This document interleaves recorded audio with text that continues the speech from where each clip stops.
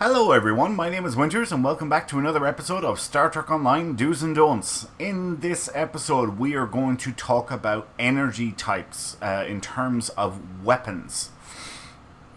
So the first thing I want to do is open in my inventory here and we're going to talk about the 6 different energy types. I have gone ahead and crafted 6 beam arrays, one of each energy type. They're only Mark II because it's just for making a point, and basically didn't need Mark 12s. So, anti-proton, the inherent proc to anti-proton is a 20% critical severity. All right, they have a guaranteed 20% crit severity bonus, no matter what type of or what level or anything it is. It remains the same all the way up to max level. Disruptor has a 2.5% chance to apply a -10 all damage resistance rating for 15 seconds to the target. Phaser has a 2.5% chance to knock one random subsystem offline for 5 seconds on the target. Plasma has a 2.5% chance to add a 7.5 plasma damage per second for 15 seconds, and it ignores shields to the target, otherwise known as a DOT, a damage over time. Polaron has a 2.5% chance to give a -25 all current power levels for 5 seconds to the target. And Tetrion has a 2.5% chance for this current weapon, 189.4 damage to shields. Basically that increases with mark and I think maybe rarity level. But basically it strips shields better than other weapons. Now, what we're specifically going to talk about is the mixing of weapons, and as a general rule, it is a bad idea, and here's why. Let's just say, for argument's sake, you have a phaser build on your ship, phaser weapons. Well, then what you want to do is you want to buff those weapons with phaser tactical consoles. And as you can see, I've got 2 of them here. And you can see these 2 here both give a 26.2% buff to phaser damage. So what I'm saying is, for each tactical console that you have, it buffs every single weapon on your ship. If we look at Disruptor here, we can see these are the very same. They're just the Disruptor variant of the tactical consoles, and each of them gives a 26.2% buff to Disruptor damage. If you had one anti-proton and one Disruptor and one phaser and so on and so forth, and then you had a tactical console to go along with it, basically you would only be buffing that one weapon with that one tactical console, and then you're buffing this one weapon with this tactical console. And the point is, you want to buff all of your weapons as many times as you possibly can, so you keep on you always pick one energy type and you buff it as much as possible. Now, of course, there are exceptions to every rule. But it's not a good idea, and here's why. Let's again imagine that we had one of each types of these weapons on our ship, and then we were using these tactical consoles, which are beam weapon consoles. Basically what the difference is, these tactical consoles buff all beam weapons, no matter their energy type. But if we take a closer look, alright, you can see this tactical console, this phaser relay, is Mark 12 uncommon, or green, alright?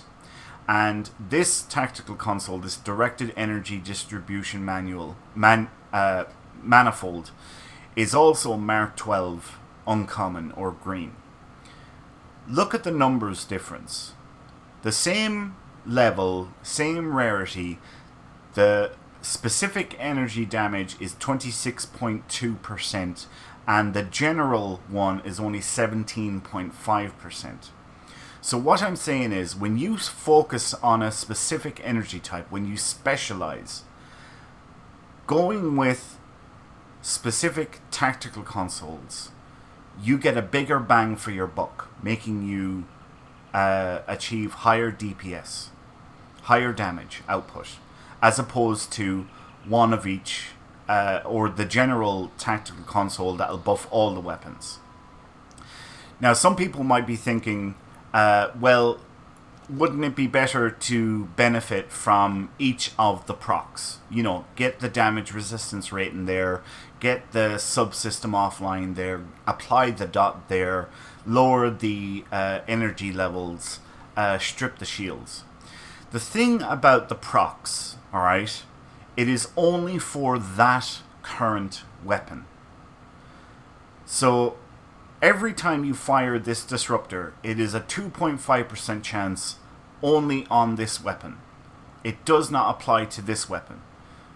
Alright? And the 2.5% chance here does not stack with the 2.5% chance there. The inherent bonus to the energy type is only for the individual weapon, not the entire build. Alright? But like I said earlier, there are exceptions to every rule. Even I, on this character, on its current build, has an exception. But before we get to that, what I want to show you is the tactical consoles that I am using are the fleet vulnerability locators. And as you can see, they are actually all Mark 15 Epic or Gold level. The highest level that is currently achievable in game. And you can see each one of these tactical consoles is giving me a 39.4% boost to phaser damage. Every one of those is stacking, giving a higher phaser damage output. Yes, there are what's the phrase, diminishing returns. But I don't think anybody knows what the diminishing returns are. But the idea is that you pick one thing, in this case phaser, and you buff it as much as you possibly can to be absolutely awesome at that one thing, rather than trying to do 10 different things and being crap at all of them. But again, like I said, there are exceptions to every rule, and my exception on this particular build is the Borg Kinetic Cutting Beam. It is not being buffed by any of these tactical consoles, but I have that on there for a very different reason. And you can check out my budget builds videos to find out more about that. So, the do's and don'ts is generally don't mix energy types.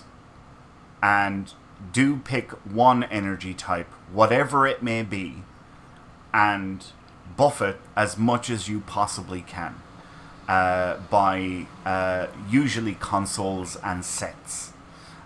So, for example, here I am using the two-piece Bajoran set, and if we look at the details of that two-piece set bonus, as you can see, it's colored white here. And it's called Core Damage Systems. And it gives a plus 19% to phaser damage. It also gives a plus 19% to disruptor damage and plasma. But the idea is you pick one damage type, again, in this case phaser, and I benefit from that. If I had disruptor on there, those disruptor weapons would be benefiting from a 19%, and the phaser weapons will be benefiting from a 19%. They do not stack. Alright? They do not stack. So again, I know I'm repeating myself. The idea is you pick one damage type and you buff it as much as you possibly can so that you're awesome at that one thing, and you're not doing 10 different things and being crap at all of them. usually the energy type that you go with will usually be dictated by the type of build that you're doing, or maybe for aesthetics reasons. So like a lot of people go with phaser because phaser is the energy type that is used by the Federation. Disruptor is used by the Klingons, and plasma is used by the Romulans, and Polaron is used by the Dominion. Tetraron is used by, I want to say, Tholians, and I think Antiproton is used by the Iconians, if I remember correctly. But to sum up, don't mix weapons. Do pick one. Don't mix energy types. Do pick one energy type, then buff it as much as you possibly can. That is pretty much it for do's and don'ts. But like I said, there are exceptions to every rule. For example, maybe a trait might, because of a particular trait, you might want to mix things a little bit. I can't think of a particular trait that you would want to use that for, but I'm just using it as an example because there are exceptions to every rule. So yeah, thanks a million for watching, folks. I hope you all enjoyed this episode. If you did, please leave a like. If you have any questions or comments, feel free to leave them below. The more interactions I can get you guys to do on the videos themselves, and indeed on the channel, helps me out so much, and really, really does help the channel and the content. And of course, if you have not subscribed already, please do so. My name is Winters, and I'll catch you next time. So until then, take care.